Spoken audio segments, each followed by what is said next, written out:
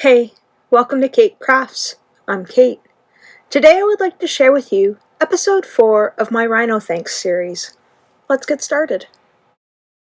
To kick things off, I've gone ahead and stamped and die cut my images, and we will be using these Prisma color pencils today, or pencil crayons, depending on how you want to say it.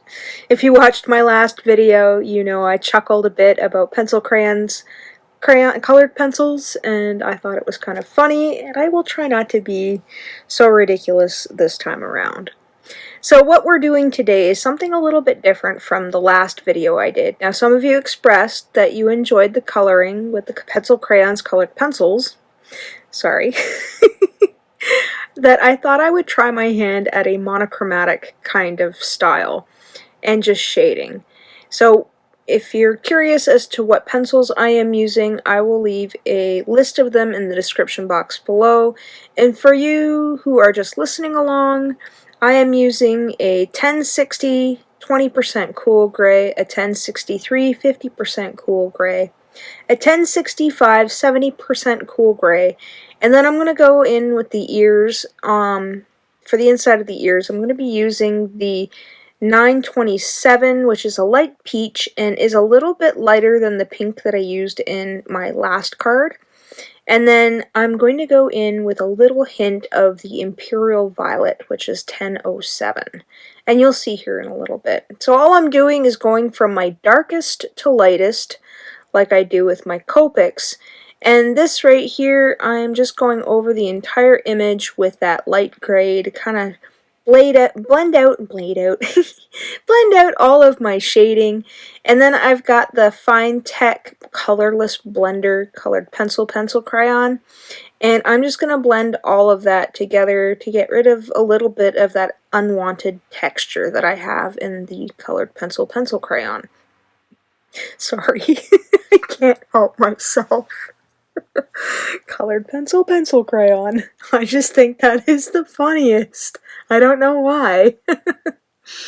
So once I've gone ahead and blended all of that out, I'm going to come back in with the Imperial Violet here. Not come back in, but I'm coming in with the Imperial Violet, and I'm just going around the dark spots that I'd colored with that 70% gray.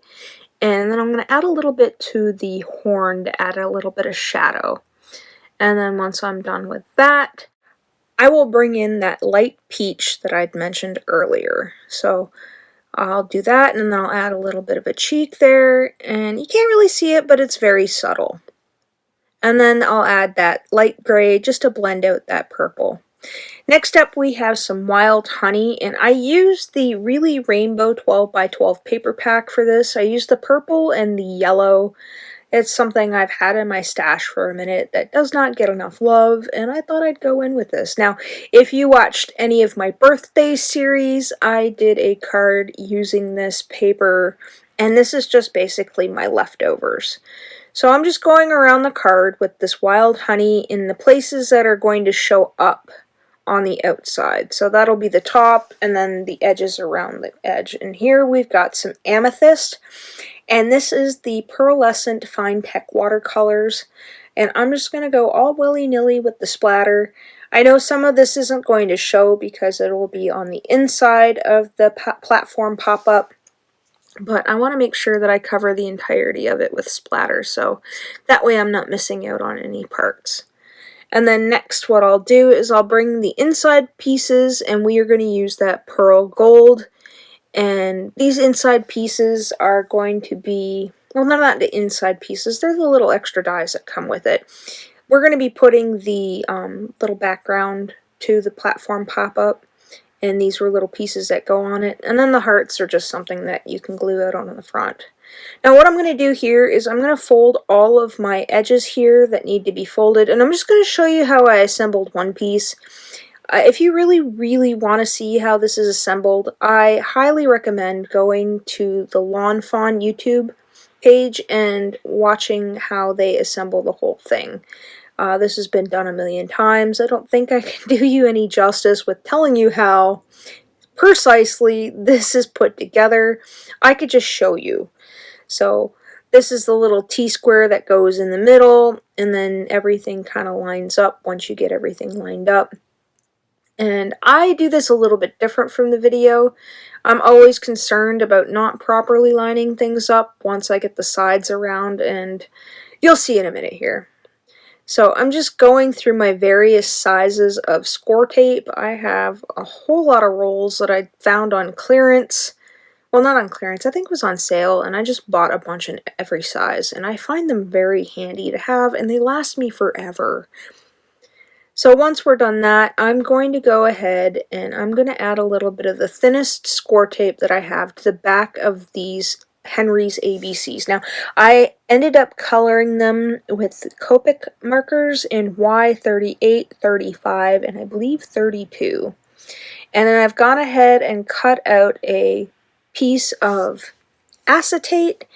Well, I think this was actually just a scrap. So yeah, this was a scrap. So what I'm going to do is I'm going to line up my Rhino, and we are going to have that to the very top of the acetate, and I've tore off the back release tape to the tape, and then I'm just going to add a little bit of glue so I get that double stick, because I'm always worried about the letters sliding around on the acetate if I just use the glue.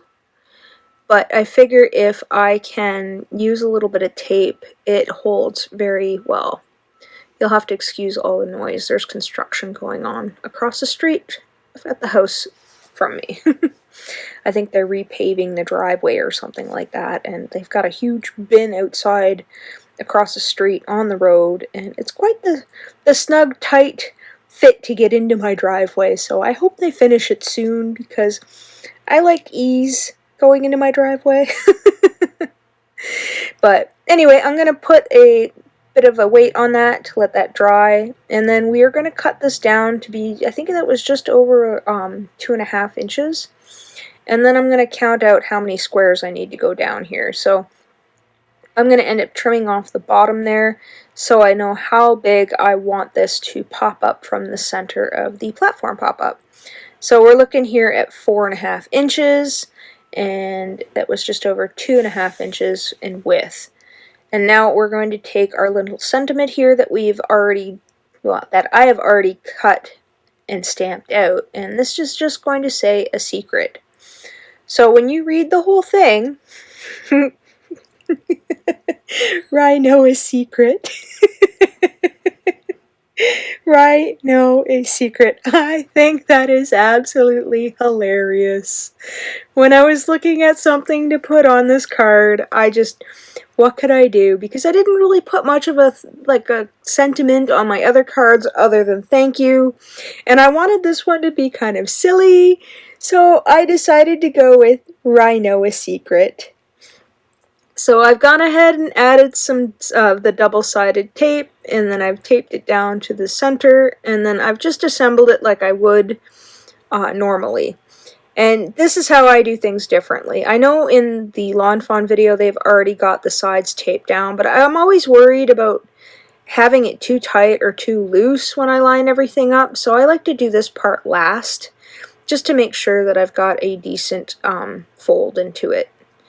So once that's done, we're going to take the little backsplash piece here, and we are going to glue down all of our little shapes onto the very rainbow paper. And that's all we did.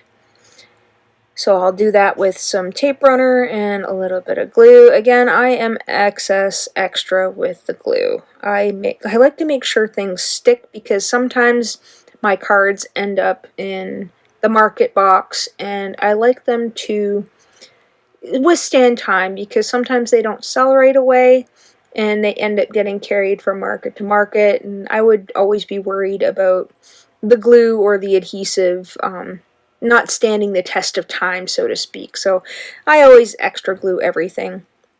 So for this piece, I didn't go all the way over the corners of this, because I found before that if I just drag the tape along the bottom there and go into the creases, on the outside of the creases I should say, I always have a problem with lining stuff up. I always struggle with that bit. So next we are going to bring in our little rhinos, and I'm going to have one in the background here hanging off the acetate, which I gotta be careful. I'm always worried that I'm going to not be able to close it if I have them too far out, and I don't want this little bum to get caught on the corner there.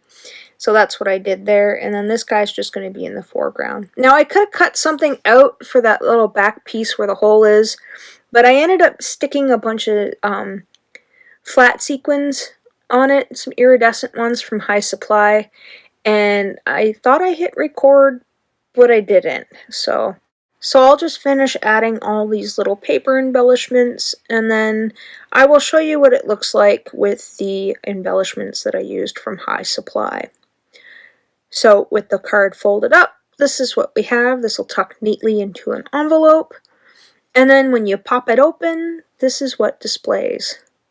This concludes my Rhino Thanks series. I want to thank you guys all for joining me. Oh, wait.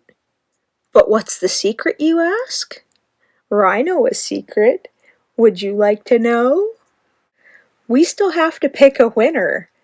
That's right. I still have the Lawn Fawn Big Thanks to give away.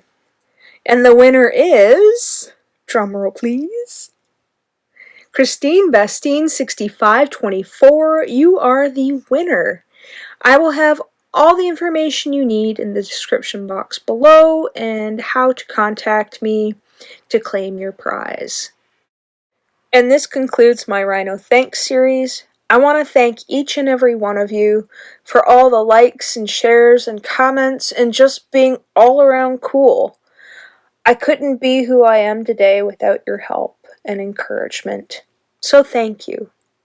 And with that, thanks for hanging out with me today. Take care.